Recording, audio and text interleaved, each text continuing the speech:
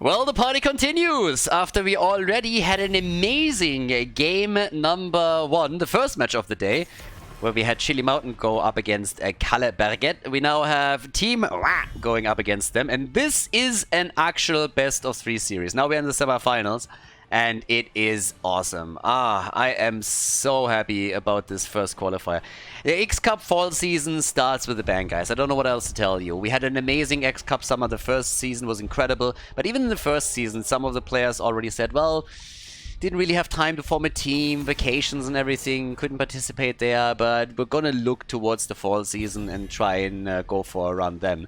And you know, when you cast those games, you're always thinking, when you talk to them, like, yeah, well, we'll see about that. But now the XCup fall starts, and just look at the star power that we have here. We have Wooby playing, we have Smexy playing, obviously for Chili Mountain. Right now, Kalle Berget, the new teams with Mene, with Poig, Monkey, Breeze, Banana Age, and then, of course, the old teams. Is that really old teams? Like the old guys, most of the more established teams like Team that were crushing everything, and they will now find a lot more competition. It's not only the Hardos and the Donuts that are trying to go up against them, but also the new contenders, and it's just amazing. Also, again, another big shout out to our Mr. X sponsoring also the second season of the XCup, the XCup Fall. And yeah, very happy about that. In case that you don't know, this is a privately sponsored tournament. We have a Heroes of the Storm fan and longtime player, someone that has been part of the Heroes of the Storm community ever since the first alpha, who wants to give back, support the esports scene a little bit, and therefore sponsors the XCup. So big shout out to him, wants to stay anonymous, hence Mr. X. Now we got Stukov as our first pick over here, and this time we have a ban on Samuro. And every one of you that watches this right now and thinks like, why the hell would you ever ban Samuro? Well, there's this guy that's called Monkey on the red team side, and he is a bit of a nuisance when you're going up against Samuro. So yeah, there's that. Vala gets taken, so we have immediately a Vala pick, and that is actually one of the things that was insanely interesting when we casted the Korean tournament just, it was a week ago, I think. Because over there, Vala just didn't make it into games. I think in the grand final we had 1 or 2 maps where Vala finally made an appearance, but up to that point, throughout all the best of 5s that were played by the Korean teams, Vala was a consistent ban. It was one of those big things where you see different shades of the meta to come through. They really prioritize Vala to an extent where they say, this hero is just so incredible right now, we cannot let her get through unless we have a very concrete plan of what we want to do to counter her. But as you can see here, in Europe, we don't quite have that priority for her yet. Now, she is picked in the first rotation here for Team but she wasn't an insta first pick, she wasn't a ban, and in the previous game, in the last round, she wasn't picked or banned at all. So now in our first game of this best of 3 series at hand, in the first qualifier of the XCup Fall, we have Garrosh by Breeze, lift with the knees, baby, lift with the knees. And we got Mene playing Hanzo. Yeah, already the ban on my F, so Ultralis can't play that. Battlefield of Eternity lends itself to a lot of team fights in the middle, of course. And a little bit of a support joke over here. Now, there's still some strong supports to be taken. Zelia playing for the team, by the way, here today. It's insane. Guys, seriously, think about the players that we've seen today. We've seen Wooby, we've seen Smexy, we have Breeze, we have Mene, we have Poig, we got Zelia. I mean, the gang is here. The only ones that we are still missing. And once that Snitch is coming back, I mean, oh boy. Just imagine Snitch coming back all of a sudden, Aethera Angel saying, you know what, guys, I'm going to play a little bit too. It's just insane. Zelia with Anduin, going for the Crybaby here. And we got our last pick on Ultralisk, but that's already a very good combo. Yrel and Anubarak, for years now, this has been a strong combo if you want to go full ham and jump onto the opponent. They Quasar on the Space Goat, the blue Space Goat here. And the last 2 picks for the red team, Thrall and Falstad. Yep, we are going Green Jesus on the red team side. I, by the way, never really understood why he was called Green Jesus. I think that's more of a World of Warcraft meme than Heroes of the Storm. If anything, in Heroes, you would call him Green Moses. I mean, he is splitting the sea of opponents with his Sundering, I assume. Ultralisk with Genji, so he's still trying to dive onto Hanzo, onto Falstad, trying to take them down here. Main is swapped over to the Birdie. We're ready to go, everybody. Game number 1 in the best of 3, the semi-final here of the first qualifier for the XCup Fall Battlefield of Eternity. Alright, let's go. Team Wah against Kalle Berget. Game number 1 in the best of 3 on the left side. Dequaza on Urel. We got Masquerader and Uberak. Ultralisk on Genji. Zelia on Anduin. And Dino on Vala. On the right side, it is Kalle Berget, the new team, with Main on Falstad, Banana H on Stukov. We got Poik on Hanzo, Monkey on Thrall, and Breeze on Garrosh. So, let's get the whole story started here. Now again, people have been debating a little bit what does Kalle Berget actually mean. So it's apparently a little bit of a rip and joke on Chili Mountain and translates into that. The funny thing to me is that initially I actually asked someone that speaks Swedish and they told me that Kalle means cold and Berget, I was like, does that mean baguette or whatever? And they're like, yeah, exactly, means baguette. And cold baguette would make sense as well. You have a couple of Swedish players, and obviously it's cold in Sweden, so that fits. And then you have a lot of baguettes playing on the team too, Banana H and Breeze, Mena, so that would fit too. But yeah, either way, the name works, and I don't mind it at all. We got an arrow build, by the way, right now for our Vala, and at the same time, obviously, the trolling Thunder up top side for Monkey was taken to the side lane and is soon going to be ganked upon because Ultralisk is trying to take someone down, but yeah, they're playing this one safe. Obviously, they figured out that there's only 3 heroes down at the bottom of the map, so they're playing it a bit slow. But I like the Breeze engage. Oh yeah, baby. That's what Breeze can do with Garrosh. Anduin is down for the Horde. The Alliance is already getting wrecked right here. For the Alliance! Mommy, they're hurting me! Alright, Anduin once again down, and, well, I guess Breeze is paying for his sins here, and he's not the only one. They're taking Sukov down too. So that backfired a little bit. Yeah, another kill, and oh boy, the slaughter! What is happening here? Everybody's dead and dying, and only Dequaza is still alive, hops in and says, alright guys, I'm gonna take care of this. And now Urel is trying to solo take the camp. By the time that she's done, we likely have the rest of the team show up again. I mean, yeah, look at the end of that fight. First of all, they're going for Poik, then all of a sudden Falstad snipes another one, takes the hit, dies himself, and Dequaza goes for the camp and is now finally able to take it too. Absolute disaster. They're turning Battlefield of Eternity into a graveyard early on in the game. Kill after kill. We have 4 in total for each side now, as the objective is popping up soon. TM. Repeating arrow for Vala, obviously. And yeah, it's awesome. Dino playing it. Zelia getting attacked here too. And there it is. One of the things, by the way, that apparently seems to still be an inside thing is why exactly I always make Anduin jokes. I mean, first of all, he's the Nick Carter of the Nexus. Power World Shield. Alright, more words for Anduin. Yep. You know why? Because he has all the words. He has the best words. Everybody says so. It's tremendous. Sad. Very sad. So yeah, Anduin is going for the words again. The moral compass is in here too. I personally think that he's missing one, but well, whatever.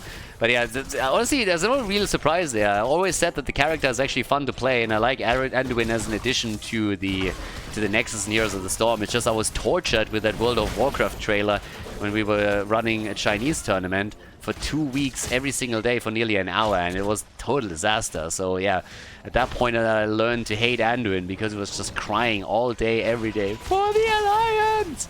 And I just couldn't listen to that crap anymore. So that's all. That's all there's to it. Like, I don't know what to tell you.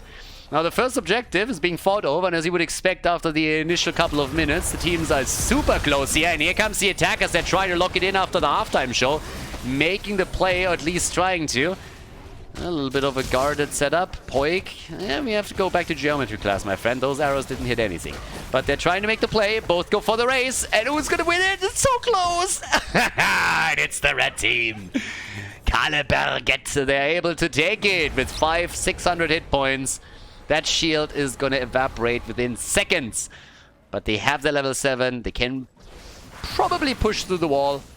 Would be surprised if they can get more than that. But yeah, we'll see. Now, on level 7, the first thing that we got the Boomerang, we got the Ancestral Wrath, and the Locked Tower Gar. Breeze already looking for another flank, another stun, another flip on Anduin, and this time he doesn't get it. But the attack into the backline is definitely going on. And of course, Genji is the one that they have to watch out for. Especially Mena and Hanzo. Whenever Genji is coming in here, they need to be careful. Thrall against Urel at the top lane continues in another second once the Space Goat arrives top. But the wall has been broken. But no actual damage against the fort. So, bit of an initial start here.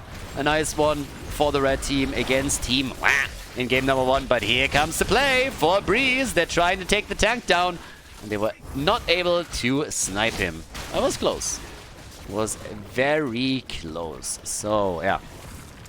Level 8 versus level 8. 4 kills on each side. It's actually kind of impressive that during the battle over the Immortal and the fight afterwards, nobody died.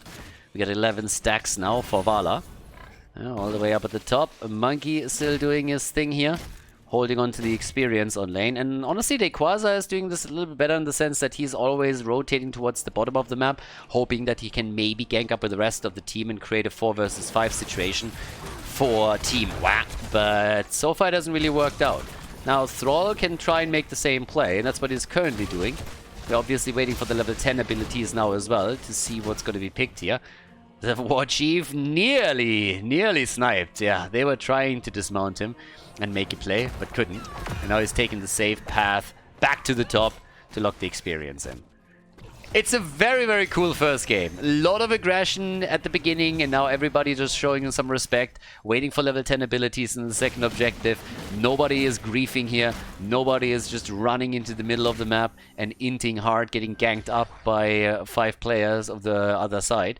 But it's all about the rogue abilities right now, and then the real party starting up. The Desperate Prayer for Anduin. And, well, that's level 10 any moment now for the blue team. They're slightly at inexperience. Oftentimes it doesn't play a role. But it is a small window that they might be able to use with level 10 if they can go for a decent engage. And Anubarak is one of the best engage tanks you have in the game.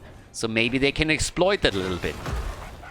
It's unlikely, but we've seen it before. We've seen just time leads on level 10 of 5 to 10 seconds decide more or less an entire game. For now, we have the Light Bomb together with Genji, so the combo with Genji, Anduin, Light Bomb is there. Sundering has been claimed. Yeah, we got the arrow, we got Sundering, and obviously you need to be a little bit careful that you don't stack the two on top of each other, or you are just clearing a path for the arrow. And if you are trying to hit an A, then yep, that might be nice. But that's usually not what you're looking for. The taunt, the lockdown, and oh my god! Urel gets the ult out, but she was in trouble there. Strafe already used by Dino in an attempt to zone them away from the Space Goat, but that was a big cooldown that got popped. The extra damage that was done by Team Wah was kind of neat though. And now it's all about taking those Shaman camps down. Main is doing it at the bottom of the map against the blue team. And up at the top side, Urel has now also moved in, as we have some of the structures already getting dropped here. Kalle Berget in a bit of a better position in the middle of the map, at least for the time being. Yeah, but Banana is hoping for that silence. If he gets a good follow-up with his lurking arm on a stun from Breeze or maybe even Thrall, then he's going to be able to do a lot with that. 19,000 damage for Vala. Yeah, she's murdering. And, well, everybody is just so careful. Look at this, by the way. Sneaky Quasar sitting at the side, waiting for an engage opportunity. But Masquerade is in trouble again, and the Sundering just comes a second too late. Doesn't stun him out. They're focusing on Ultralisk, who also has to jump out, and both of them are incredibly low, though. Dino with a second strafe in these encounters, but they have to give ground now. They are all incredibly low, especially the front line and also Genji, so he can't go into the back line of the red team anymore to put the pressure on Falstad, for example. Tapping the fountain is going to bring them back here, but that was a great first skirmish for Kalle Berget. They're doing a bit better here, but the poke that we're seeing from Team Wa might still give them the halftime show on the objective itself. And with Quasar now jumping in, that seems like exactly what's going to happen here. Bit of a pre-tap happening by most of the players here, as you can see on the mana pool, so they're going to try to go for the fight. But the halftime show has been claimed by Team Wow. Yeah, blue team, they are the favorites. They've always been the favorites for the last few months. Always the ones that are absolutely crushing. Here comes the Cocoon. Light bomb play in the back. The Gust to make sure that Banana H is safe, and he comes in with a big slap. Slaps them around a bit. But of course, they gotta protect their Immortal and try to bring the fight back here. We haven't seen an arrow yet, so Poik, he is taking aim. If he sees an opportunity, he is gonna go for it and try to lock them in. So far, that hasn't happened yet.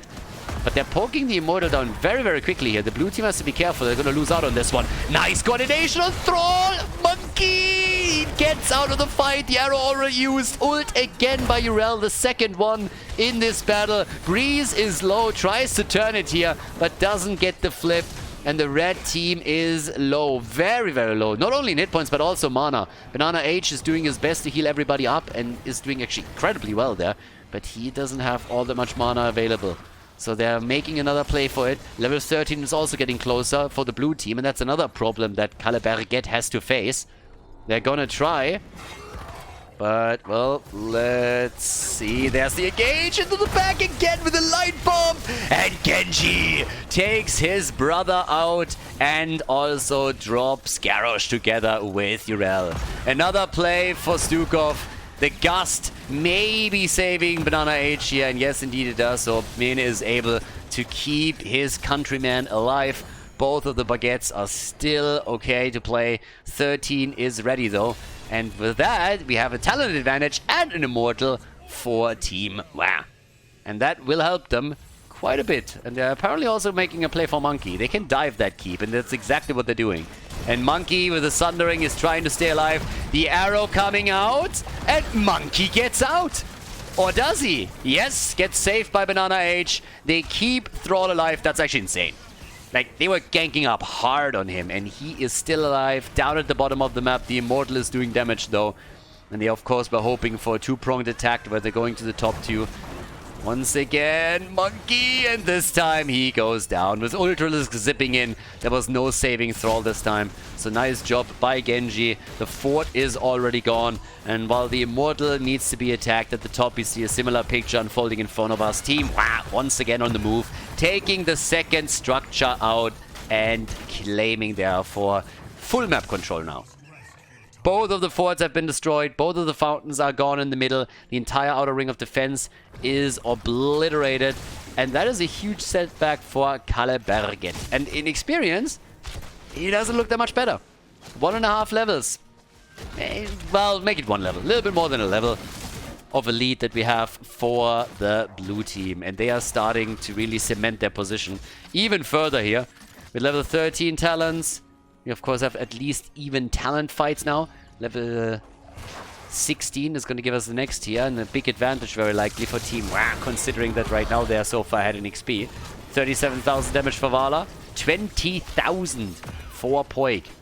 His damage output absolutely pales in comparison to what we're getting from Vala. A little bit of stats padding by Dino, maybe with a strafe, but still. Vala is pretty incredible on that end. And she has also done a fair amount of siege damage, of course. Now, against the Immortal, that's exactly what you want here. She is crushing that. With the repeating arrow, all the hits that you can get in, they do work. Now, Urel is still fighting this one out. By the way, we get by now 31 stacks and the Monster Hunter. So yes, against the Immortal, if you get the double arrow out with the repeating arrow, you are just crushing it. Absolutely crushing it. And of course, now that they are about at level 16, this is a pretty dangerous situation for Kalle Berget. Because now you have... I mean, you're caught between a rock and a hard place. On the one hand, you want to fight for the objective and you don't want to give it up. On the other hand, you don't want to take a level 16 versus level 13 talent fight. So there are only bad choices. If they get a gank, then they can make a play around that.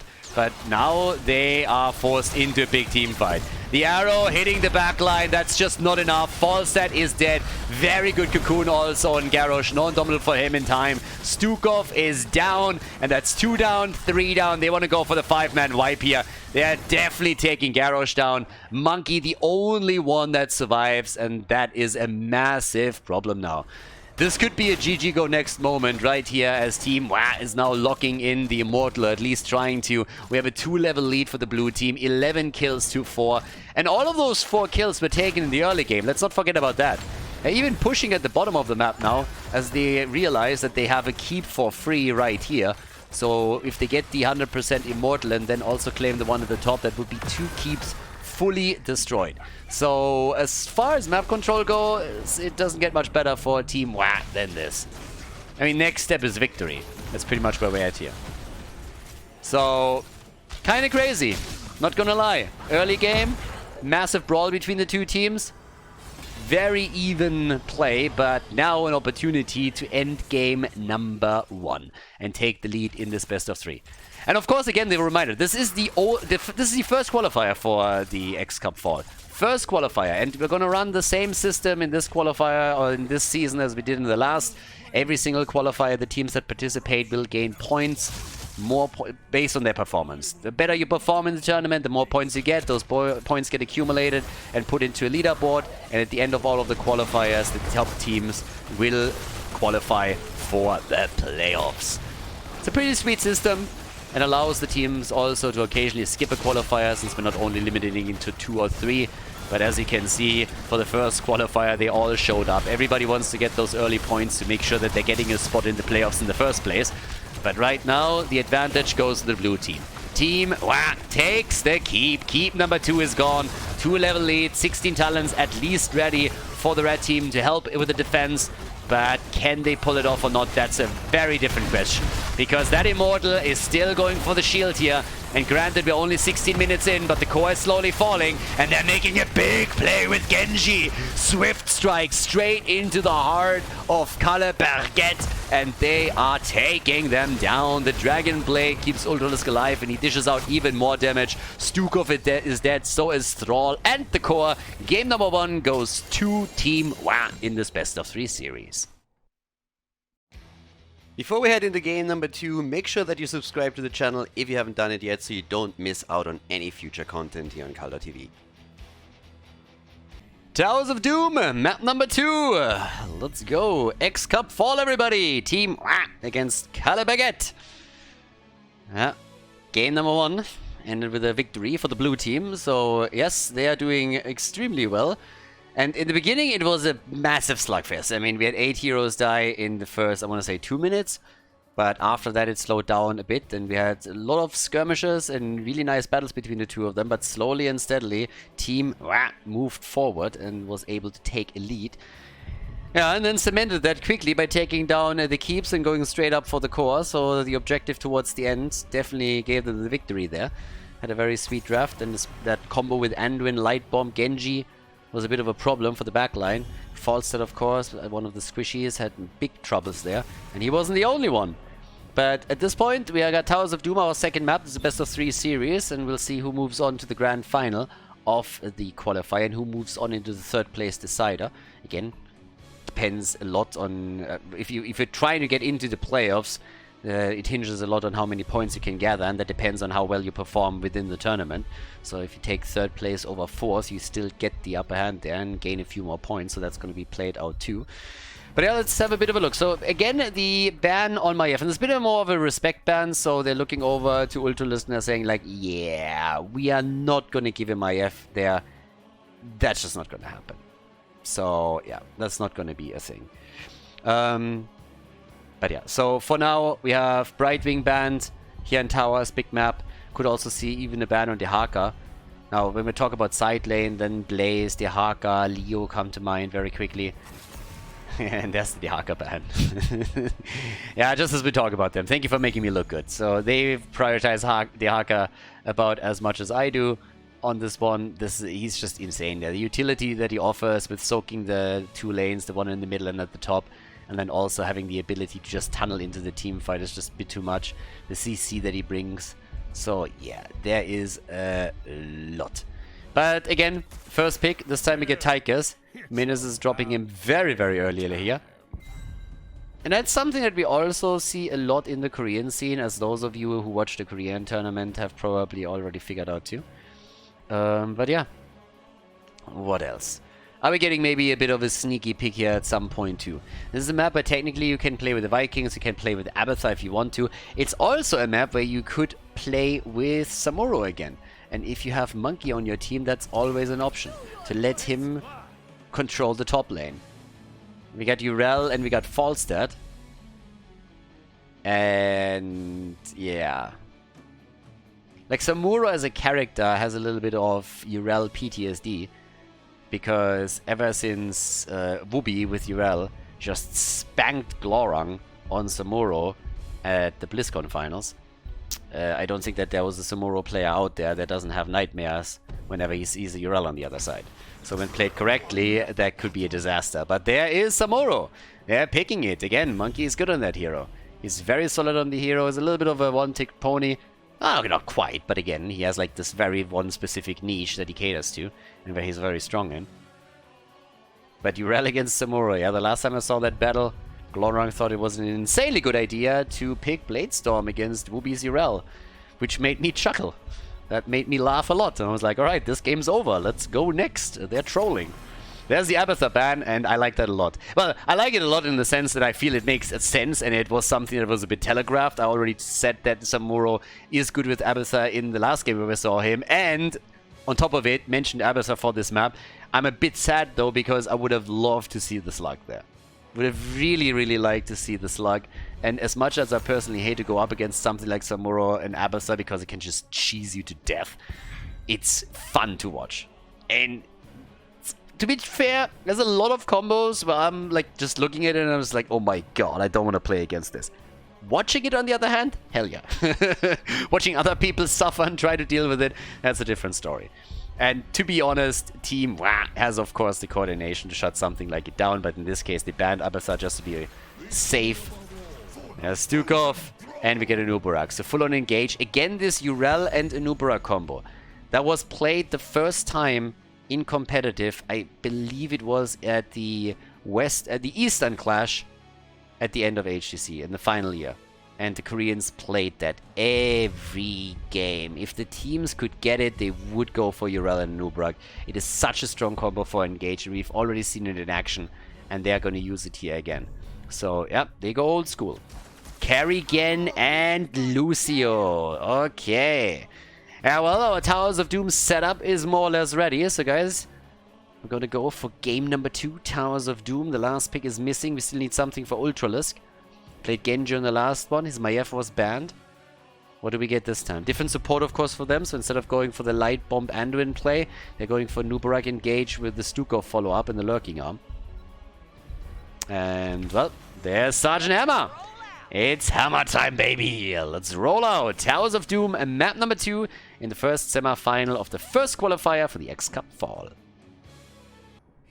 Prepare yourself for battle. Yeah, and a battle we shall have. Dequaza on Urel for the blue team. Masquerade on Nubarak. Dino with Falstad. We got Ultralisk on Sergeant Hammer. And Zelia on Stukov. Right side of the map, Banana H playing Lucio. Main on Tychus. Poik on Kerrigan. We have Breeze on Diablo. And Monkey on Samuro. Yeah, Breeze on Diablo, always a highlight, but of course, they go up against Hammer Time, and after level 16, that Giant Slayer is going to be more than just impactful.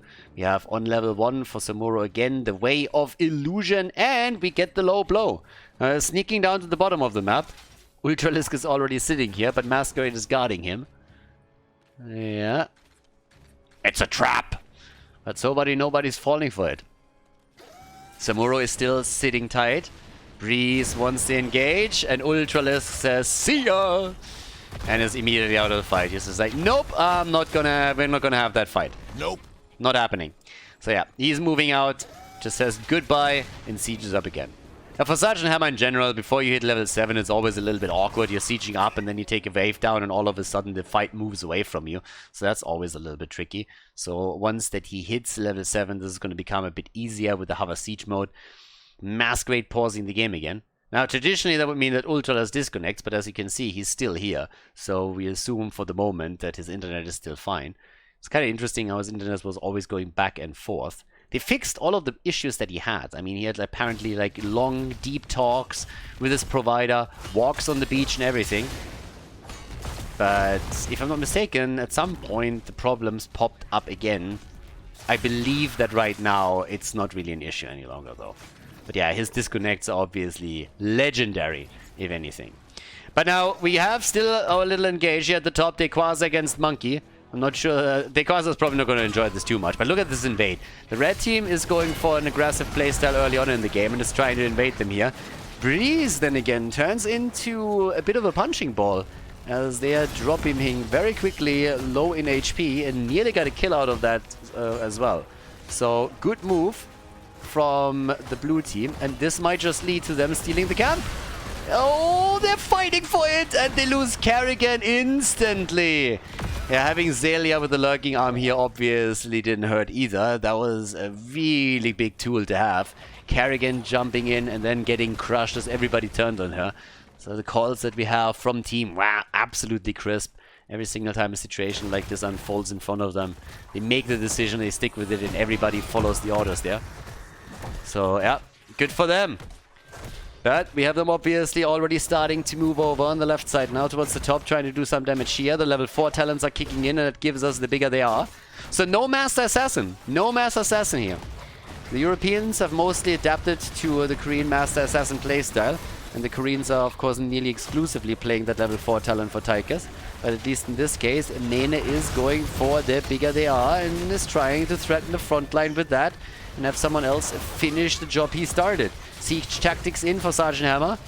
Quite often when you're playing Hammer, it's all about Hammer time. You're trying to protect the Sergeant, and that is more or less your game. And you have, of course, a lot of tools with Stukov and the Lurking Arm. You have the stuns, bit of barbs even, which is getting used here.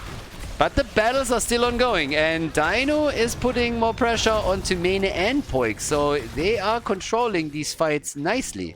We have only a single kill up to this point. Not too much, but there is undeniably an advantage for Team Wa, as they are getting the first altar channeled. Top left, top right situation, obviously. And now down here, they're making a play for the next one.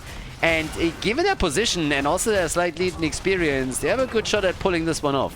So is Kalle Berget moving in, trying to take them down here or not? Breeze is again up at the front and gets a good angle on a Nuborak, but he was saving the burrow charge, so he has no problem there. Ultralis gets interrupted by the grenade. Tychus trying to interrupt them long enough. They're still fighting for the altar. They want to take the lead. They don't want to give up any points, and neither should they.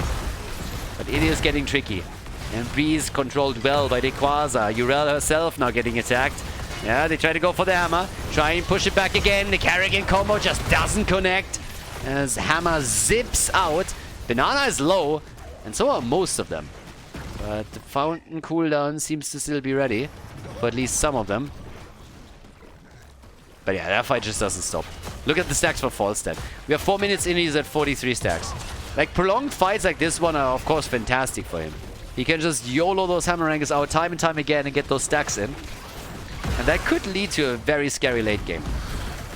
But yeah, decent stacks for Dino early on in the game here. And there's a level 7 talent. That should give them an advantage that Kalle Berget is not willing to fight into. They go for another interrupt with Mene at the grenade, but I think here they're going to back off. They try to buy a little bit of time for Samuro, who went into the middle and is now moving topside to do some damage to those gates and to the wall. Also soak the extra experience and make sure that the gap isn't widening, but closed if anything. But also, you gotta at some point try and take that fight, right? Right. Yeah, but again, they're not inviting this one once more, do they now? Nah, Breeze is at full hit points this time. He was low the last time when the real fight started. But yeah. So as you can see, we have them with level 10 coming up as the next talent. We have on level 7 also the Relentless Soldier, as Mene is soldiering on in the game, and he is amid the rest now moving towards the top. Or middle. They were trying to go for Dino, but they couldn't really, yeah? Peace. With one engage after another, yeah. I mean, his Diablo is insanely scary, and he's really, really good at making these engages happen. But up to now, at least, they haven't been able to threaten anyone properly.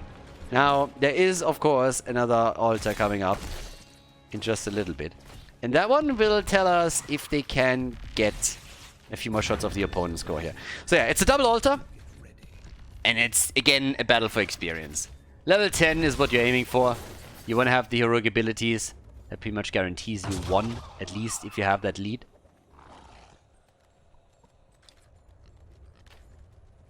Oh yeah, Breeze. He's hoping... I mean, once that he gets to level 16, he can obviously also nearly go for a one-shot. But right now, he's just trying to make sure that he isolates the target from the rest of the fight. And can maybe even drop them with the help of the rest of them. But now we have also the Hammer Siege mode in. So the channel is in. The 4 shots are fired. And here they get interrupted, and that is bad news, because Team Wah is showing up in full force and level 10 abilities. And this is a perfect example of when we're talking about these 10-20 seconds of a difference where you can channel. It's such a small gap, but they couldn't do anything. If Kalle Berget moves in here, they likely will lose a hero or two. They didn't want to risk that. So instead, what they did was just simply sacrifice it. It's a comeback map after all. This is a map where if you scale well into the late game, you have easily the upper hand later on in team fights. But if your opponent is anywhere close to you, or you just underestimate how good they are, then you are going to get crushed very quickly. Now, we have still Monkey roaming through the maps. And for him, it's on level 10, again, the Illusion Masters. That's something that he has played now multiple times. So he can use that to swap in and out, and gives him on the macro level more of a lead. I'm still waiting for some of the Carrigan combos to absolutely destroy here though. And that would be a good one. Yeah, that was actually well done, but the gust was also great and absolutely on time, so the stun didn't do anything. No CC chain here. Instead, Zelia got attacked, and they're going for the Ultralisk. Ultralisk is already down, the summon. Monkey's chasing... That's actually kind of funny. He's chasing Odin away. So he's chasing Odin, and in the meantime, the rest of the team took the fort, and now they can attempt to do even more damage here if they are able to maybe take a bell tower down eventually, escort those pumpkins in, destroy a tower, destroy a gate, go for the next objective. But yeah, the timing with the objective doesn't really work out for them. But I'm pretty sure that eventually we're going to see a little bit more double objective coming up right now too. Hammer... Pushing into a hammer is just a total disaster. Yeah, it's always... like, I mean, honestly, pushing into a hammer, it feels so bad. If you have a choke point in particular where hammer gets shielded by the rest of the team, and let's say, for example, you're in the choke point that we saw up there, that little corridor, right? Or maybe even over here. I mean, just imagine hammer sitting back there and Stukov just dropping a lurking arm here. You will never get to hammer without risking getting fully crushed. You have to go for some side engage, or just simply accept that you're not going to be able to push into a position like that, give that position up, and not fight for an altar here. Now, most of the spots in the middle are a little bit wider, but it's still going to be difficult for them to engage here. Better of Barbs as a level 4 talent for Masquerade is also going to slow things down, quite literally. But it's 32 points against 20 now, and we're waiting for level 13 talents. You've seen a single kill in the game. And we had plenty of fights, but not a lot of kills. They're playing it very close to home. 26,000 damage already from Sergeant Hammer, as Ultralisk is just... oh my god, he's weaving these auto attacks in. Oof. Yeah, he's currently sitting at his PC, playing with his feet. I think you can definitely play Hammer with your feet. Not really a whole lot. Like a button that you gotta press. I mean, 100%. One foot on the mouse, just for movement, and the other foot on just hitting space. And then you bind A to space, so that you can A move into any direction. Yeah, I'm overthinking this way too much. This started out as a dumb comment and a joke, but right now I'm actually thinking about how would you do that properly. I knew StarCraft players that played StarCraft on Masters level with their feet and won games. Mana in particular comes to mind, but multiple have done it. Oh, Nubarak got blown up. Oh yeah.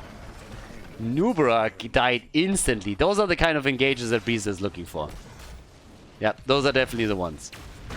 And that was just him crushing it. 80 stacks for Falstad. 4 shots fired over here. 28 to 20 now. So that keeps them at least in range.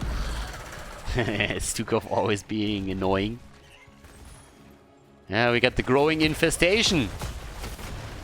And it hungers. Alright, it's hungry. It's very, very hungry, apparently. Yeah, a little bit of damage, not only here down at the bottom of the map on the bell tower, but look into the mid lane. This one is already very low. Monkey, the Monkey King. One hit here, one hit there, and it just adds up over time. And as you start to get control, your opponent will have a tough one trying to catch up with you and push you back. So, yep, Samuro, he is starting to have some worth over here. But then again, we got on the right side another camp taken. So now that they are starting to establish a bit more control with the kill against the Nubarak, they were able to get multiple camps, and that's kind of nice for them. But the fight back is here. Apocalypse! Yeah, that didn't really work too well. It zoned them away a little bit, but it didn't have the desired effect. Now that they can make a play for Falstad, on the other hand, that is definitely having the desired effect. The birdie is down. Carrigan with the jump. Poik, not nervous anymore, comes in and gets the kill. And they are about to hit level 16. Guys, they are just starting to crush. I like it. I like it a lot.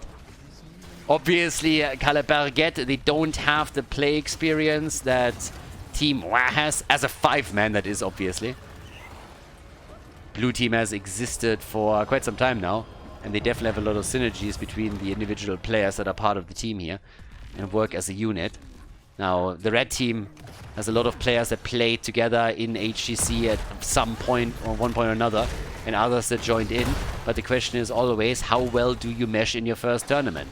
And if they can continue to improve, then we're going to see way more from them. Here comes the attack. Dino barreled forward and nearly gets punished for it by Carrigan, but the mighty Gust saves the chicken's butt. Fight down here is not over yet, though. They want to go for all 3 altars. They already got the one at the top left. They're trying to get more here. Cocoon is out. Ultralisk is dead. Ultralisk is down, but so is Sergeant Hammer. Both of the StarCraft heroes are eliminated. I want to call worth, though, getting a Hammer away, especially after level 16, with Giant Killer now being a thing, is probably pretty good for them. And they also got the altar channel. Because the issue that you still have is that, yeah, Diablo just gets broken. If you go up against Sergeant Hammer with level 16 and a couple of other heroes, you just see Diablo cry in a corner somewhere. It's like, why me? What did I ever do to you? Ah, sorry, that was Anduin. Oh, my bad, my bad. Mixing my characters up today. What a shame, what a shame. Breeze also, by the way, going full old school with the skin. Toxic Diablo skin. The only one that he ever played. Looks a little bit like... I was about to say Giant Pikachu, and I was like, wait a second, that's not what I'm looking for. He's not yellow, no. Giant Godzilla. Okay, Poik. He's looking for the next combo, and he gets it! Dino is locked in again. The Apocalypse. But the siege tactics are being used by Ultralisk on the other side. They are still attempting to lock them down slightly. The BFG didn't hit. Dino's in trouble. Dibbles wants to make the engage and rush close, but it is Tychus who drops the bird. That one is eliminated. The slap from Stukov as he slaps it hard. And now we're looking at them trying to chase, but with so many heroes low on the red team side too, they probably will have to give up on that plan. Doesn't change the fact that they are now nearly even in points on the core, and they have taken a solid experience lead that is now growing and growing as these fights continue. And with 4 kills to 2, the advantage goes clearly to Kalle Berget. So, yeah, there we get that. And Samuro is back to his shenanigans. Back in the middle of the map. Okay. So, all the way up at the top, Monkey is doing his thing. But down at the bottom of the map, the next objective is up. And this time we're talking single altar. 1 altar to rule them all. And Samuro in the middle of the map. And he is already putting the pressure onto the top lane thanks to the minions that he escorted in. So Monkey is delaying all of this. He's telling his team, well guys, buy a little bit of time and I'm gonna get us a bell tower. So the Samuro plays are definitely a nuisance. Nice Gust! Oh, and the interrupt is still there. The kill on Lucio on the other hand, that was unfortunate. But they might get a counter kill. Ultralisk! Ultralisk is so low! And they cannot get the kill. I can't believe it. Diablo dies instead, and yes, he has the souls and will be back, but still, they lose out on the shrine. They couldn't kill Sergeant Hammer here. And it is hammer time, of course. But only 3 shots are being fired. I guess that is a bit of a consolation prize. Damage output, as you can see, Sergeant Hammer, 64,000. Top damage in the game easily. Honestly, and I think that is absolutely justified. If you have a high skill cap hero like Sergeant Hammer, then they should be able to get a lot of damage out. I mean, you're doing a lot, honestly. Getting those right clicks on target is not as easy as it always sounds. First of all, you have to have arms. Having hands helps too. And then once that those both requirements are pretty much fulfilled, you need to really get that right click in there. You know, you need to make sure that you are in range, and then you need to get that right click. And that is not as easy as it sounds. So having a high skill cap hero do a little bit more damage than others, I think that is totally justified. And is something that just, it shows good game design. We have level 20 now ready. So they got their Storm Talons. We have also level 20 coming in on the other side, but it is really the Bell Tower Bonanza at this point. Team Wah is trying to fight back at the bottom, and they pretty much exchanged the side lane Bell Towers. It's 4-4 in total, and it's a fight for the boss. And that is, I mean, they are risking a lot here, because both teams have now level 20, but it seems like Kalle Berget is willing to let this one go, because they didn't have Tigers in the battle yet. Tigers was defending initially at the bottom of the map, and now he brought this back. So yeah, they're gonna go for the Bell Tower exchange again. It's a double Bell Tower that's now spawning. And yeah, over here, they're still just scouting this one out. But as you would expect, it's 4 Bell Towers to 4. So pretty much exactly what was advertised. 13 points on the core against 16. That's the other side of it. They're still very close. 4 shots are being fired, and the big question, of course, can they win this one? And they don't even go for it. And neither should they. For the reasons pointed out earlier, this is the choke point of death if you move in there. Yeah, if you play Plastic League, then that is a battle that you're definitely going to take. Then you're going to go into that choke point and take it down, and then you get wiped. But then again, because it is Plastic League, you're probably not going to get wiped. Your opponent does not control the choke point. You simply push through and you win the fight. And then the game. That's always how these things work. 118 stacks for Falstad. We got Diablo slowly getting some souls together too, so that increases his hit point pool.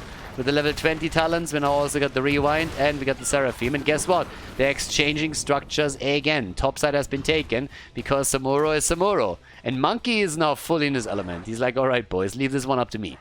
I'm gonna get those spell towers, I'm gonna take those side lanes, I'm gonna go in for that. And if you're the blue team at this point, I mean, you're just pissed. Yeah, taking care of Samuro is annoying as hell. Absolutely annoying. And look where he is. Yep, he's escorting another minion wave in and is just cheesing this one down too. So, while Team Wah is starting to win a couple of team fights and takes important positions, they are losing out heavily on the Bell Tower game. Right now, we have 6 Bell Towers against 2. And I'm lying to you because it's 5-3, but you get the idea. One team is heavily ahead on Bell Tower control.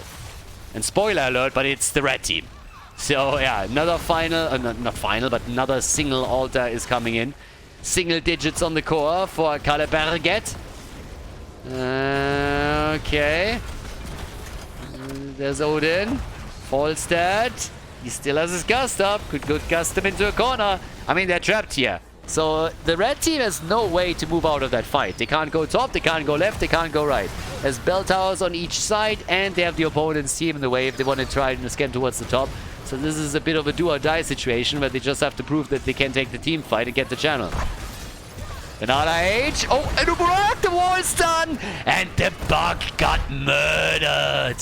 You can't give Breeze a layup like this. Beautiful play by Poik on Carrigan. And Breeze is just saying thank you. And look at this beautiful engage here. What a kill again. What a kill again. Textbook combo from Breeze. Absolute textbook. 7 points to 9. Exactly. And we're taking a quick look while they are taking this at the combo. I mean, that was just beautiful. So yeah, here we go. Here comes the engage. Breeze comes in. And that was just Hellgate into combo. Breeze gets the kill together with the rest of the team. And that just hurt. So, yeah, they get the kill, and they are getting bell tower after bell tower. They retook the bottom right, now they take the bottom left. They are making it happen. Falside's damage output is at 44,000 with 130 stacks. Top damage is Tychus. Second is Carrigan. Such an hammer. Same thing. Yeah. It's fine. Okay. It's not the same thing. I'm sorry. Nope. Either way. 7 to 9 points on the core. But this game is not going well for Team Wham. The bell tower game. Still 5 to 3. This one is going to be taken soon. And of course, in an ideal world, what they want to do is start the barrage. Monkey is at the top. There's already the channel start. They have to go down to the bottom of the map also to take these pumpkins out. Or they're going to be in real trouble. And this is a bit of an awkward position because as long as Monkey is retaking these bell towers, it means that the barrage could start soon TM. And it's all about the channels now. He's going to move into the middle. He's going to claim this one too. The blue team took down the one at the bottom left. If Monkey is somehow able to just sneak in and attempt to cheese it, then that would be a huge threat. But it seems like we're fighting for one altar each now. There's no interrupt happening anymore there. So, yeah, Poi gets interrupted. Ooh, they used 2 ults to pull that one off. 2 ults for the interrupt. Now, the channel at the bottom was locked in. 7 points on each side. And let's see who's winning that fight, because this might be the end of the game. This should be the end of the game, one way or another, because boss is up too. Oh, the shots are fired! Bam! 1 point on the core! A single point on the core! So that's not quite the end, because nobody died. But that was a great channel. 7 points to 1. Team might lose a map here. And maybe, of course, the series. That would be quite impressive performance. Can you imagine Kalle Berget going the distance, going to the grand final in their first match that they're playing, their first tournament that they're playing, the first qualifier? Yeah, now the team goes down to the bottom, and they take this. If they are fast enough with it, it's over. And all the Diablo has to do is slow them down a bit as they're trying to take the bell tower here. Shots are taken! It's a race! And it's an even battle. Alright, Diablo interrupted them. Monkey's annoying them too. Boss couldn't be taken by the blue team, but now, of course, it stays on the map as a very, very annoying threat to the blue team. So, yeah, they have to try and remove the boss from the map because the next altars are spawning. And once that the boss is removed, they can focus on individual positions a bit better. 24 minutes into this game, and they're going to claim it. They're going to claim it, but we have a checkmate position. Pumpkins at the bottom. Shots are fired, putting them down to 3. 1 to 3 points. Oh, no, they're not getting the pumpkins at the top. That two-pronged attack might have been checkmate. But they know it, of course. They know about it. So, yes, here we got it. Altar spawning in 14. God, this is going down to the wire. What a game. This game is going crazy. This game is getting a bit nuts, honestly. Pumpkins at the top. They're not really going to do a whole lot. Because even the tower is still left there. So, yeah, that didn't do anything. They take the camp at the bottom, on the other hand. Monkey's trying for the channel. There's still pumpkins. The interrupt with the ult once again.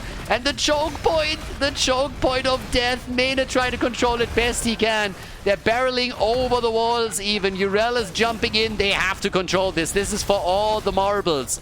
Kalle Berget, if they get it, it's over. If they get this one, it's over, but they lose Carrigan. Carrigan is down, and Team Wah might just bring this one back. 5 versus 4 now. A 5 versus 4 situation. There's the cocoon, and Anubarak is dead again. And Nubarak died for the 3rd time. Falstad flew in. They're all low. They're low. And the channel is happening again. Breeze. He's trying to escape here too. The blue team pushing in, interrupting time and time again. The minion waves attempting to take back those bell towers. And if the red team is losing the altar, they might lose the game too if those minion waves are successful. Another interrupt, another channel attempt. Breeze at the side, dealing with Dequaza. Get over here, pushing it out. And it is once more Monkey with Samuro. That pesky Samuro play in the backline, being annoying as hell. Ultra is so low. Dequaza is not faring any better. Mena's coming in, the wall's done. And the bird is dead. A dead bird And that is the end. It has to be the end. They cannot interrupt this. Well, they can interrupt it once more. But now Lucio's dead too. Wait, what? Lucio's dead too?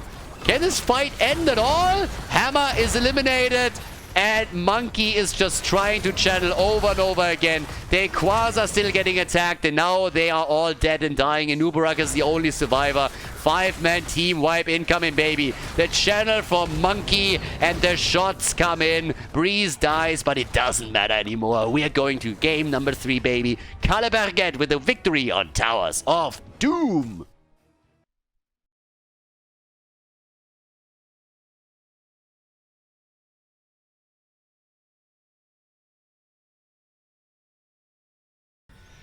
Infernal Shrines, map number 3.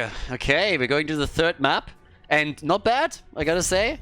Kalle Berget, for a team that just formed, they are doing very well against team who has been consistently in all the grand finals whenever they participated, and is just one of the strongest, if not the strongest team in Europe right now.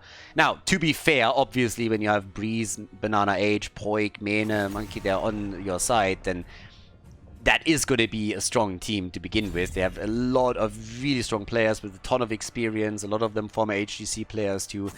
But it's always a little bit different, just like throwing top-level players together, or them like bonding over time a bit more to like know each other's movements on the map and coordinate properly. And that's one of the advantages that the blue team definitely has. They've been playing with this constellation for a long time now, and been winning nearly everything, so of course there's a certain rhythm and familiarity that comes with that. Samuro gets banned. Shocking, I know, right? You're surprised. You're super surprised. So in Infernal Shrine, Samuro gets banned. Dehaka is also eliminated. Get Brightwing out of the picture. That's another big difference, by the way, between the Korean meta and the European meta. Nobody in Korea gives 2 farts about Brightwing. Nope. They're looking at the fruit fly and they're like, pretty much exactly what I think about the hero. But in the European playstyle, Brightwing has a bit of a place. I'm acknowledging that, yeah. Pretty high priority for a lot of players these days too. But that was very interesting. There's a lot of heroes that are played in both regions, but the priority shifts massively. And there's a couple that the Koreans just adore and others that they do not value at all. And Brightwing is a prime example for that. So if you missed the Korean tournament, the videos are on the YouTube channel. You can check that out there. By the way, if you watch this on YouTube, then keep in mind that you can also help to spread the word about these videos a little bit. Hit that thumbs up button, that like button, and of course, if you want to support the channel, you can also click that join button underneath the player, since the membership feature has been activated a while ago. But, well, as we're bringing here more XCup fall action, we got our double pick. Mene playing Tigers, and we get Stukov. So, we have Stukov again. Stukov has now been played in pretty much every single game. And there's Leo. Leo and Johanna. I shall suffer. Yeah, they're going for the Diablo theme. Ignoring the Overwatch hero for a second. Maybe playing a little bit of Diablo 2 Resurrected. I mean, honestly, I was initially interested in that game too, and I thought, yeah, I might play it a little bit, but then the New World got released, and I was just like, yep, screw Diablo 2 Resurrected. New World is just way better. Enjoying the hell out of that game, by the way. Oh my god. Hit level 60 after 9 days of playing. Now the endgame content, and it is amazing. If some of you people want to join, Helheim server, Marauder faction. I think it's closed right now, but I think they're opening it up soon. Yeah, amazing game. About as amazing as the games and plays that we've seen in this series so far. So now that we got the ban on Carrigan, targeting Ultralisk again. I mean, Ultralisk is just a little bit sad, right? His Maiev gets banned out time and time again. Every single game, Maiev is just like banned. And now they're also banning his Carrigan, so it gets even worse.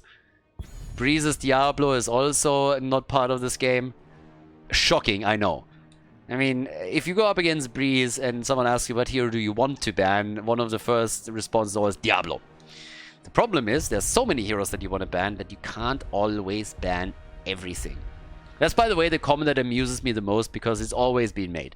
Like, every single time we're having a game and some player on a hero just absolutely destroys, everybody's like, oh my god, if they don't ban that hero, they deserve to lose. This guy is known for that hero. And I'm always sitting there as like, yeah, he's also known for 2 other heroes, and there's 4 other peoples on the same team that are known for heroes too. So, yeah. Gotta pick your poison. At some point, yeah, you gotta just make your choice. Blaze and Tyrael, something that has been played by team earlier. No, actually, there was Chill Mountain in the previous match, yep. Blaze and Tyrael for the bunker and sanctification setup. So we got Zelia with Lucio, and Ultralisk is playing Imperius. So they got Jojo, Imperius, and Leo. That's a strong presence on the shrine. Yep, for sure. Yeah, Poik, maybe another melee for them as well. Are they gonna go full melee setup here, so Tiger's the only ranged? Jaina, the Ice Queen! Okay! We get Jaina. A lot of stuns, a lot of, there's a lot of clustering happening with that lineup on the shrine. Okay! Poik, show me what you got, baby. Let's go. I'm definitely up for that one. Breeze on Tyrael, Monkey on Blaze. This is gonna be good, guys. Game number 3, Infernal Shrines. Game number 3. Which team drops into the 3rd place decider? Which team moves on to the grand final? Well, we'll find out for now. On the left side, Dequaza on Leo, Dino on Junkrat. We got Zelia on Lucio, Masquerade on Johanna, and Ultralisk on Imperius. Very melee-heavy lineup that they're running here. Main on Tychus, Breeze on Tyrael, Banana H is playing Stukov, we got Poik on Jaina, and the Monkey is playing Blaze. Okay, let's go. This is gonna be good. I want to see how much of an impact he can have with Jaina here. I also want to see like Rocket Ride and Imperius delivery system combo. If you time that properly, that's always a hoot. That's always funny as hell. Imperius coming in, just like using his delivery system to drop a target into the backline, and then Rocket Ride from Junkrat, just pinpoint on the target, full on bullseye, gets all the damage through, and it can blow target up like this. I've seen that like 2 or 3 times, and it is just hilarious when it's played properly. And it's not a good start for Jaina. Poik is like, oh, I'm gonna bring her back into the meta, and well, Team War goes, no you don't! So they get the easy kill against the Frost Lady. Yeah, Jaina was thinking about giving them the cold shoulder, but they were very adamant, and that gank just, yeah, was successful. Gets a bit of damage through. Ghastly Reach for Leo, Dequaza at the top. I like this skin, I gotta say. I love the Janitor, of course. Who doesn't like the Janitor? The Janitor, when he strides across the battlefield and takes out the trash, is amazing. But the Ice Giant is awesome. The Wolf choice, the Mount choice, I would give that a 9 out of 10. I think that's definitely a good one. Obviously, Money Pick would be a 10 out of 10 straight up. I think another one that really fits well with this is either a doubloon, or you can also go for the blue carpet. That's a bit of synergy that we can definitely, I think, all agree on. But yeah, that Ice Giant skin is pretty awesome. But yeah, now that they're fighting for this, it seems like the blue team wants to be super aggressive. They already got the neutral camp at the bottom.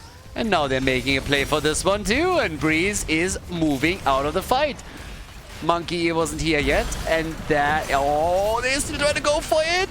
That's a lot of damage though. And they claim it. Junkrat is dead. Mane gets the kill in the back line. Drops him. And they can't get the second one. But that's obviously still something they got out of the trade. Yeah, they lost the camp, but they got the kill. Still trailing behind in experience. Let's not forget that the blue team also got a camp, so that's another one. But either way, we got the bigger they are again. Mena, as is very apparent, is not valuing Master Assassin all that much. Even though for most players it is meta right now. Paralyzing Rage for Leo. Increases the slow of Skeleton Swing by 20%. Personally, I don't really think that's aptly named. I mean, what is Paralyzing Rage, honestly? Have you ever been paralyzed by Rage? I mean, not really. Maybe if you want to contain the Rage, it paralyzes you. But you gotta let it out. Come over to the dark side. We got cookies. Now, honestly, when I'm raging, I mean, honestly, shit breaks, you know. It gets loud, and not the J-Lo style. So, I don't know, but paralyzing Rage? I don't know. Rage is only paralyzing if you're trying to contain it. So I don't think that's a good talent, a good name for it. But, yeah. And if you rage at other people, I mean, I don't know, that doesn't slow them. If anything, they run faster. I've never seen you yell at someone, you go, you know, full amok on them, full berserk, you go full psycho, and then they're like, and they just stand there like a meerkat. No, usually that motivates people to walk a little bit faster. So, yeah. Be that as it may, level 7 talents are in as we're fighting over the shrine. As usual, you want to hit the talent as quickly as you can during the objective. The problem for the red team is that Team has taken way too much of a lead and therefore gets a freebie on the first Punisher. So there it is. We got Punisher number 1 in play and they're going to try to bait it over. 10 stacks, 11 stacks on the Laws of Hope. Make it 12. I can count. I promise. I promise. He got a stack while I was talking. And with that, Jaina with the Ice Fliss right here. Drop that Blizzard. So much melee and not enough damage just yet. But they are trying to get the kill. And they do. No, they don't. Breeze. Breeze is going boss mode again. Not even close. Not even close. Fully baited. Yeah, Breeze baited the damage on himself. And then he got out. Yeah, well done. That was actually a really nice escape. I'm not quite sure how much of that was luck and how much skill. I would pretty much go for 50-50 at this point. But oh boy, that was insanely close. Now Poik is still getting intact. And of course, in the bigger scheme of things, he wants to complete his level, his baseline so that he gets something. Spray game is on point. He goes old school with the Dignitas. I don't mind that. Bit low in mana right now. And also Lucio is just apparently pissing him off. If I interpreted that correctly. To be fair, there's not a lot of interpretation to be had there. Who isn't getting pissed off by Lucio on the other side, especially when Zelia plays it? He's just needling you down. Talking about needling things down. Imperius got needled away a little bit there, didn't he? Imperius gets dropped. Mane coming in with the bigger they are. And then Jaina has a bit of a finisher and also using the slows. And Masquerade has to be careful that he doesn't suffer the same fate here. Oh, Poik with a trap. He's low. He doesn't have mana either. Tainu, they're eating the grenade for them. Everybody on the red team is going full Bruno Mars for Poik. Catch a grenade for you! And, well, those grenades, they did work, and Mane dropped low. Now, he was trying to counter with a grenade on his own, but that didn't really do anything. I like this game. We have a lot of action already. There's the level 10 abilities, and the kill against Blaze. Ooh. That is bad news, honestly, for Kalle Berget. Yeah. They are starting to lose ground. They already lost the fort in the middle. Now they're losing some of the stuff down here at the bottom of the map. aka the front. 18 stacks for Jojo. And we have the Riptire. Yeah, it's a little bit sad. We get the delivery system, but we don't get the rocket ride for it. I wanted to embrace the meme completely. But I guess they disagree here.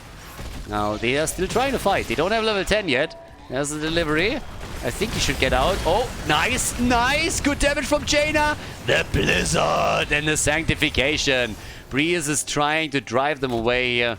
They get finally their ults and are able to do some work. And we got the Ring of Frost. Yeah, Jaina is going full snowman on us here. I mean, Poik is getting some damage, don't get me wrong. And I want to highlight again how melee heavy the blue team is. So once that we're heading into the next objective, if you get a decent ring through, you can do work. And the Blizzard, of course, as well. Yeah, burns that down very easily. Wave clear, of course, and the hero is fantastic. And let's go. Another camp at the top left. Nobody's actually going for... Ah, just as I say, they're making a move at least on the right side of the map. Okay. So the next shrine is active, and now we're talking about level 10 abilities, and that was honestly the big one. The problem is that level 13 is close for Team Wah, so they're likely going to have a talent advantage. The advantage for the red team is that they have Tychus. And Tychus Odin as a transformation is great for this. That's why sometimes Alexstrasza gets picked here for the Dragon Queen. We've seen on the Korean side at least a lot more Tacita plays lately. A lot of Tacita actually. Because if the Koreans know one thing and learned one thing over the years, I mean, they have been conditioned with that knowledge, is that Protoss are OP. Oh, nice! The turn on Stukov. That was great. Ultralisk was in so much trouble, but he gets maybe even out here. What a ring attempt. That was a nice idea. Good bunker too, but Ultralisk is still alive. I cannot believe that he didn't die here. Sanctification. Blaze is dead. That's two of them already down. Mena's firing away, but Breeze also barely escaping here. That was a fantastic fight by team. Wow, really, really well done. A lot of small plays and big plays, but Ultralisk surviving was definitely the highlight there. But also the attempt to save plays, not bad. First coming in with the bunker, the sanctification as the second layer of the defense. But then again, he died eventually. And now it's 5 kills to 3. Level 14 is ready. And here we go. We got, by now, the extra talent. And that, of course, was one of the big problems here, as I said. If you have a talent disadvantage, you are in a bad position. But you also sometimes have to just say, guys, this is the best play that we can make here. It's not a good one. We don't like it either. But this isn't the Make-A-Wish Foundation. And we don't have level 13, but we can also sit there and just sacrifice one Punisher after another. That will lose us the game eventually too, so we have to take certain risks and see how they pan out. In this case, it backfired, and now, of course, they have to bridge a 2-level gap. So they have to hope for a couple of mistakes on the side of the red team, the blue team, and then capitalize there. Beautiful Entomb over the wall here, and Mene gets caught. But there's no follow-up on the damage. Blaze, on the other hand, he's very low, very far out, and very dead. Breeze himself also doesn't fare too much better. Ring! And Leo activates his trait. Yeah, I was already worried a little bit. Finally, some trait activation on Dequaza. Okay. Oh, no! Not like this! Stukov, ow. Oh, that hurt. Stukov is dead. Breeze is low. Has to dash away, and oh my god, 10 minutes in, the gate at the keep is opened up. 2 of the forts are down. The one at the bot lane is so low. I mean, that one is held together by chewing gum. Doesn't really matter what you do. If Shohada comes out with the shield glare and goes full Tien Shinhan on the fort, it would drop too. That's actually also quite surprising. Like, if you have, like, a shield glare, if you're glaring at something and you're blinding it into the structure, like, how the hell does this thing die? I mean, that one was always a little bit weird to me. Then again, level 16 is ready. They are so far ahead, it's ridiculous. So, it is time for Kalle Berget to do their thing. Maybe, I mean, they need someone to pop off on that team. Poik, I'm looking at you. Are you nervous already? Are you nervous? They need to make, I mean, that's nearly a 2.5 level disadvantage. Yeah, someone needs to pop off there. We need to get a good stun and a Ring of Frost out, or this is just lights out at some point. Soon. Camps pushing on every single lane, Catapult coming in. Team WA is playing this exactly the way they should. They are ahead and they want to get farther ahead. Capitalize on that level 16 talent advantage. Where's that Ring when you need it? Well, it's not there. But they are just getting Stukov time and time again. Another delivery, and the sanctification of Breeze saves a monkey's butt. But they are, of course, in deep trouble now. Yeah, they have a problem, and a big one. Because there's no support on their side currently for another 18 seconds. I don't think they can save that keep. I don't think they can save Poik. Poik! 50 HP and he gets out. Monkey is dead. Breeze is on the run. There's the Entomb, and he's down to... Oh, that is keep. Oh boy, that is keep. Yeah, they're gonna get this one. 5 to 3. A little bit low, but they have Lucio. So Masquerade is tanking a lot of the damage. They're not even waiting for the minion wave to soak it. But the minions are finally here. Team WA is just showing that Kalle Berget is not ready yet. But they are showing a lot of promise as a team, not gonna lie. They defeated Chili Mountain in the first round. That was incredible. And they already took a map off Team WA. But maybe in qualifier number 1, their first match as a team, it's a little bit too much to ask to take down, for them to take down Team WA. But they made it look good. Now the only thing that maybe worries me a little bit is that the game that they won was one where Monkey got his Samuro and could therefore cheese with it. But yeah, now it's like a 6-kill advantage. They're 3 levels ahead. And there's an objective at the bottom of the map. This is the best fight that Kalle Berget is going to get in the entire game. It's 16 against 16 talents. I know it sounds a little bit silly when you think about a 3-level advantage, but the stats alone are going to be huge. It's still going to be a situation in which the red team has a chance because they have 16 talents. So that helps them a little bit. But they need to win this one. I hope that's clear. There's a double Shaman camp pushing the top lane. You can kiss that keep goodbye. That keep doesn't stand a chance. That ring did not do a whole lot. Yeah, even if they kill Leo here, that's not going to do anything for them. And of course, the top keep. Yeah, double Shaman Camp. I mean, are you kidding me? If that thing is allowed to push through the core, even the core is going to be under pressure. Level 20, any moment now. 4 team. Wow. And that is a dead Blaze. Blaze is dead. A monkey gets murdered. And that is the 5th time that he got now crushed. The front line is suffering a lot in this game. Yeah, Teamwa just a bit too strong. The keep at the top is already gone. The core is getting attacked as we speak. Jaina is dead. So is Tychus. They go for the 5-man team wipe. And Breeze is just staggering. Just stutter stepping forward a little bit and saying like, yep, that's over. GG, boys. Have fun in the final of the qualifier. Make it happen. 4 level advantage. 15 kills to 4. Dominant performance by Team Wow. And they locked the victory in with a 2-1 over Kalle Berget. As we head on to the next match in the tournament. GG.